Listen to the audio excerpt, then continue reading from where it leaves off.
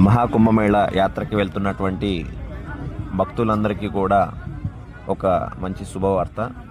ఇప్పుడు సోషల్ మీడియాలో వస్తున్నటువంటి వార్తలన్నీ కూడా ఒట్టి అబద్ధమని తేల్చి చెప్పడానికి ఒక వీడియో అనేది చేస్తున్నాను. ఈ యొక్క కుంభమేళ యాత్రకి మేము సాయంత్రం గుంటూరు నుంచి బయలుదేరటం జరిగింది. గుంటూరు టు నర్సాపూర్ ట్రైన్ ఎక్కి విజయవాడ దిగి విజయవాడలో ఈ యొక్క అయోధ్య ట్రైన్ అనేది ఎక్కడం జరిగింది. ఈ యొక్క సోషల్ మీడియాలో చెప్పే వార్తలు ఏంటంటే ఈ యొక్క కుంభమేళాకు వెళ్ళడానికి చాలా కష్టం, ట్రైన్లు అనేవి చాలా రష్గా ఉన్నాయి, అసలు రిజర్వేషన్ చేసుకున్నా సరే విపరీతమైనటువంటి క్రౌడ్ ఉంది, రిజర్వేషన్ సీట్లో కూడా వచ్చి కూర్చుంటారు, ట్రైన్స్ కూడా క్లీన్గా లేవు, చాలా డర్టీగా ఉన్నాయనేసి చెప్తున్నారు. అదంతా కూడా ఒట్టి అబద్ధం అండి.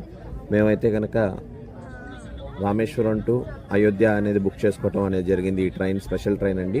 ఈ ట్రైన్ చూడండి ఎంత ప్రశాంతంగా ఉంది. అసలు మనం రిజర్వేషన్ చేసుకున్నాము, మన సీట్లో మనం కూర్చున్నాములే, కానీ ఎటువంటి ఇబ్బంది పడకుండా మేము అయోధ్య అయితే చేరుకోవటం జరిగిందనమాట. ట్రైన్స్ కూడా చాలా నీట్గా ఉన్నాయి, మెయింటైన్ చేస్తున్నారు చాలా నీట్గా ప్రయాగ వెళ్ళే వాళ్ళకి. అందుకని మేము మొదటగా అయోధ్య వచ్చాము. అయోధ్యలో ఒకరోజు దర్శనం చేసుకున్నాము. మధ్యాహ్నం 3 గంటలకి అయోధ్య నుంచి ప్రయాగ వెళ్ళడానికి ట్రైన్స్ ఉన్నాయండి, గమనించండి. అవి కూడా స్పెషల్ ట్రైన్స్ అనమాట. అవి కూడా చాలా ప్రశాంతంగా నీట్గా ఉన్నాయి. సో మీరు ఏమన్నా వెళ్ళాలి అని అనుకుంటే కనుక తత్కాల్లో టికెట్స్ బుక్ చేసుకోండి. తత్కాల్లో టికెట్స్ అవుతున్నాయి. చక్కగా అయోధ్య వెళ్ళిపోండి. అయోధ్యలో 1 డే స్పెండ్ చేయండి. రామ మందిరం, హనుమాన్ టెంపుల్, విష్ణు టెంపుల్, అలానే విశ్వామిత్ర ఆశ్రమాలు చూసుకోండి. అక్కడ నుంచి మీరు మధ్యాహ్నం 3 గంటలకి భోజనం చేసేసి ఆంధ్రావారి సత్రం ఉంది, అది కూడా నెక్స్ట్ వీడియోలో వచ్చింది. ఆంధ్రావారి సత్రం ఎక్కడుంది అన్నది.